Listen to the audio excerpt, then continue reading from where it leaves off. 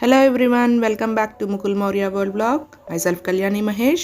చూస్తున్నారు కదా, ఇక్కడ స్క్వేర్ సైజ్ పేపర్ తీసుకుని ముందుగా పైన ఒక 1.5 సెంటీమీటర్ ఫోల్డ్ చేశాను. తర్వాత రైట్ సైడ్ కొంచెం ఒక 1/2 సెంటీమీటర్ దాకా ఫోల్డ్ చేసుకున్నాను. ఫెవిస్టిక్తో పేస్ట్ చేసి ఈ రైట్ కార్నర్ని లెఫ్ట్ కార్నర్తో పేస్ట్ చేస్తున్నాను. సో ఏంటిది అనుకుంటున్నారా? మినీ పేపర్ బ్యాగ్ అండి. స్కూల్లో మౌర్యకి ప్రాజెక్ట్ వర్క్ అయితే ఇచ్చారు. సో అది ప్రిపేర్ చేస్తూ వాడికి ఎక్స్ప్లెయిన్ చేస్తూ వీడియో అయితే షూట్ చేశారనమాట. తర్వాత వాడు మళ్ళీ విడిగా వేరే పేపర్తో మళ్ళీ ప్రిపేర్ చేసుకున్నాడు. సో కింద మళ్ళీ ఒక 2.5 సెంటీమీటర్స్ వరకు ఫోల్డ్ చేసి కార్నర్స్ ఎలా ఫోల్డ్ చేశానో చూసారు కదా, ఆ విధంగా ఫోల్డ్ చేసుకుని మళ్ళీ ఫెవిస్టిక్తో అది పేస్ట్ చేసేసుకుని, సో జాగ్రత్తగా గమనిస్తే ఈ ఫోల్డింగ్ అనేది అర్థమవుతుంది. సో చాలా ఈజీ అనమాట పేపర్ బ్యాగు. ఎందుకు ఇంత చిన్న సైజ్ పేపర్ అంటే బుక్లో పేస్ట్ చేయాలి కాబట్టి ఇలా చిన్న పేపర్ బ్యాగ్ అయితే తయారు చేసాం అనమాట.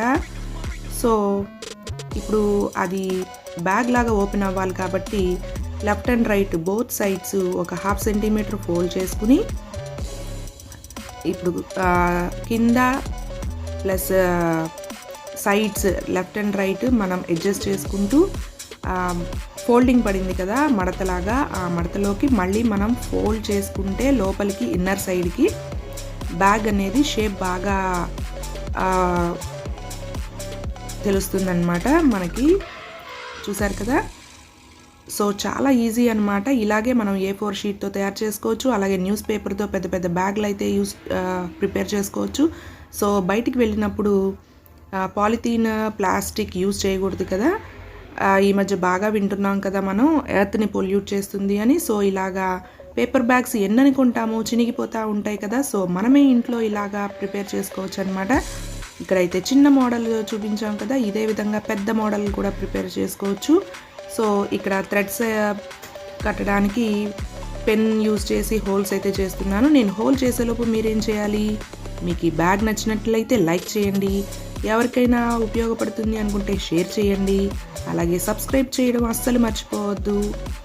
సో 2 సైడ్స్ ఇలా హోల్స్ లాగా చేసేసి మన ఇంట్లో అవైలబుల్గా ఉన్న థ్రెడ్ ఏదైనా, ఇది చిన్న సైజే కాబట్టి మామూలు థ్రెడ్ తీసుకున్నాను. అదే మనం పెద్ద బ్యాగ్ ప్రిపేర్ చేసుకోవాలి అనుకున్నప్పుడు కొంచెం పురుకోస్ లాంటిది కానీ నైలాన్ థ్రెడ్స్ అలాంటివి ఉంటాయి కదా. సో అలాంటి వాటితో మనం ఇలాగా థ్రెడ్ హోల్డర్స్ అయితే ప్రిపేర్ చేసుకోవచ్చు అనమాట. సో నాట్ వేసేసామనుకోండి, ఆ హోల్ కన్నా కొంచెం పెద్దగా ఉండాలి ఆ నాట్ అనేది, సో ఊడకుండా ఉంటుందన్నమాట. సో ఇలాగా ట్రై చేయండి, మీ పిల్లలతో కూడా చేయించండి. సో వాళ్ళకు కూడా అలవాటు అవుతుంది, polythene bags plastic bags use చేయకూడదు అని వాళ్ళకు కూడా తెలుస్తుంది. సో 1 సైడ్ అయిపోయిన తర్వాత సెకండ్ సైడ్ కూడా అలాగే థ్రెడ్తో నాట్ వేసేయాలన్నమాట. సో చూస్తున్నారు కదా. సో ఏంటి అంటే మనం polythene and plastic bags use చేస్తే అవి మనం చెత్తలో పడేసినప్పుడు ఆవులు గేదెలు అవి తిని, మేకలు అవి తినడం మూలాన మనకి వచ్చే పాలు కూడా పొల్యూట్ అవుతున్నాయి. అలాగే ఎర్త్ కూడా పొల్యూట్ అవుతుంది కదా, భూమిలోకి వెళ్ళి త్వరగా కరగవు కదా అవి. సో అందుకోసం అన్నమాట స్కూల్లో ప్రాజెక్ట్ వర్క్ ఇచ్చారు. సో ఇక్కడైతే no plastic, use only paper bags అని అయితే ఒక స్లోగన్ అయితే రాసామన్నమాట. సో ఈ స్లోగన్ ఎలా ఉంది, ఈ బ్యాగ్ ఎలా ఉంది, అలాగే నో ప్లాస్టిక్ అన్నదానికి మీకు ఇంకేమైనా స్లోగన్స్ తెలిస్తే కింద కమెంట్ సెక్షన్లో చెప్పండి. అలాగే సేవ్ ఎర్త్